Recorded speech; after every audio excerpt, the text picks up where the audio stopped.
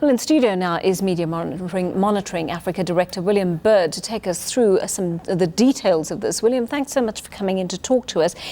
It seems to me something must have changed after the SABC ad hoc committee's work with the board, all the questioning and the interrogation, some would say it put people through.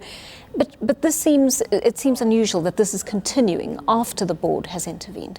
Well, it would be unusual if it were anything other than something involving Mr. Muthambi, because the one thing we can rely on there is, the Spanish Inquisition. No one expects the Spanish Inquisition. It's like the most extraordinary, bizarre thing you can think of. That's what's there. And I think that they were watching the Trump inauguration and they saw that you can lie to the people of the world and get away with it. And they thought, oh, this is a great idea. Let's make sure we lodge an appeal on something where we don't know who's lodging the appeal. As far as I know, that question wasn't answered. And their approach and response is to say, it's the members of the SABC staff are not, there's no public interest in who the members of the SABC staff are. It's the most extraordinary kind of set of arguments. So again, you've got a huge waste of public resources on something that really is beyond reproach. So it's just extraordinary.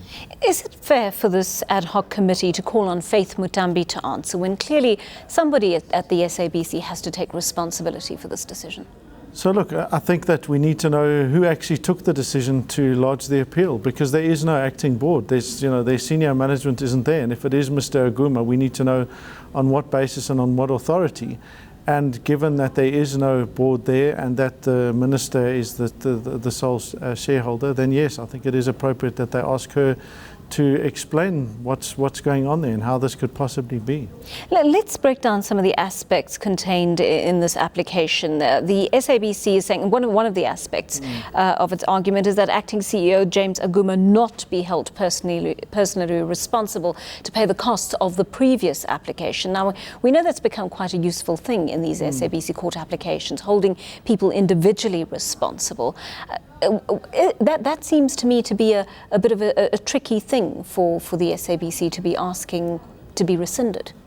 So I think it is an essential element to be holding them responsible. This idea that, oh, I'm acting in my capacity as this, I don't think justifies it. One of the reasons that various parties, including ourselves as SOS when we're going up against them, is asking for personal liability here is to stop them from abusing what is an endless bucket of resources, because that in effect is it. They can go there and say, we'll pay just to appeal and appeal and appeal because we can.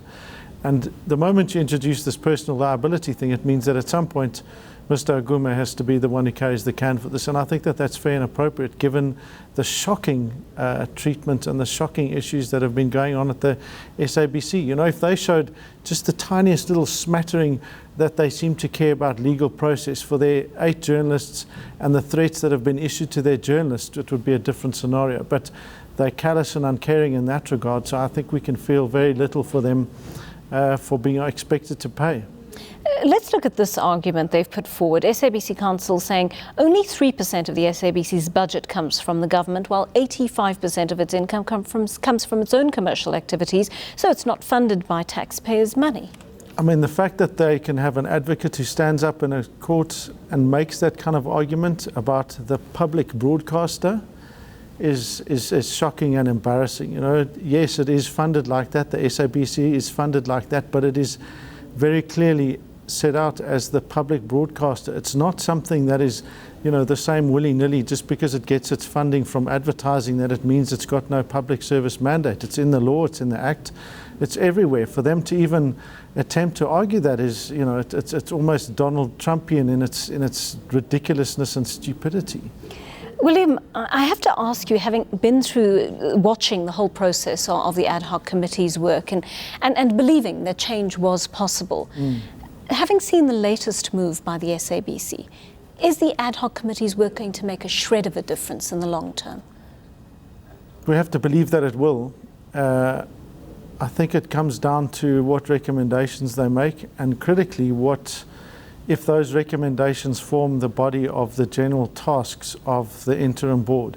if those recommendations are there and they set there, as nice pieces of paper that the interim board can maybe refer to as they go about it, then I think we're just wasting everyone's time.